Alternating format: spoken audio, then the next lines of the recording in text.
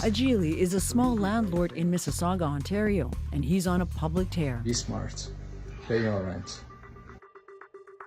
When you made that video, what was going through your mind? Frustration. Very, very tired of waiting. My mortgage payments almost doubled.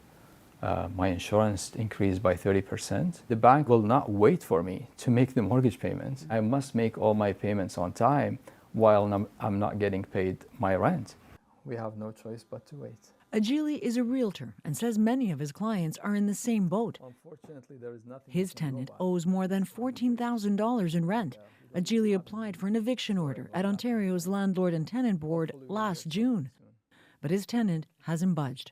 This delay at the Landlord and Tenant Board has created what's called professional tenants. By the time the landlord files with the Landlord and Tenant Board and gets to the hearing date, they already lived there for over a year rent-free. Why? Because they know that they can get away with it.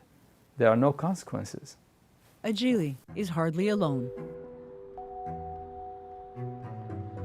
More than half the cases before the Landlord and Tenant Board are from landlords for rent owing.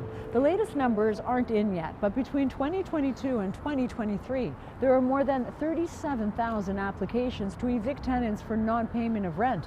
The board says wait times are improving while it works through a backlog of more than 53,000 cases with the help of 75 new staff members, and says landlords who are trying to evict tenants who aren't paying their rent are now getting a hearing date within 4 months. But as we found out, a hearing date can often change. Well, I got hundreds of comments on the video. Ajili did get a hearing date last October, but it got postponed. I got private messages from people offering help. His recent post unleashed a lot of outrage and even some shady offers of help. I will just wait for him outside until he opens the door, and then I'll change the lock and beat him up and take care of this for Beat him up, wow. Yeah, look at this. We can just send our Uncle Tony to take care of this. Who's Uncle Tony? Probably he's just making a reference to a mafia guy or something. So we are at this point now. That's why I'm saying it's very scary. Ajili says he won't resort to hiring any thugs, but he and many small landlords are taking matters into their own hands. Hi everybody, thank you for coming today. This is our third seminar. As for Ajili, he finally got a hearing and an eviction order. It took nearly a year. During a recent client seminar, he spoke of investment risks. Nobody was expecting the change in the mortgage rates, including the ones many landlords don't see coming. We budgeted for all that, but nobody was budgeting for a tenant who doesn't pay rent.